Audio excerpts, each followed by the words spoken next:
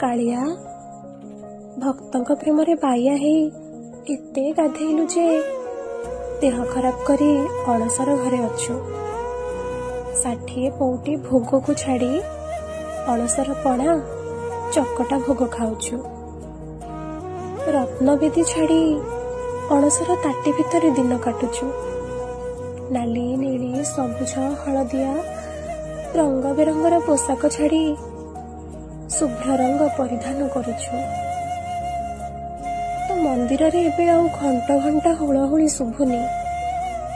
ତ ମନ୍ଦିରରେ ଏବେ ଆଉ ଭକ୍ତଙ୍କ ଗହଳି ବି ଲାଗୁନି। ଧନରେ ତ ଦର୍ଶନ ବିନା ମନଟା ଜମା ଭଲ ଲାଗୁନି ରେ। ଦେହ ଖରାପ ଥିଲେ ପରା ଆପଣାର ଲୋକଙ୍କୁ ପାଖରେ ରଖିଲେ ଆପେ ଆପେ ଦେହ ଭଲ ହେଇଯାଏ।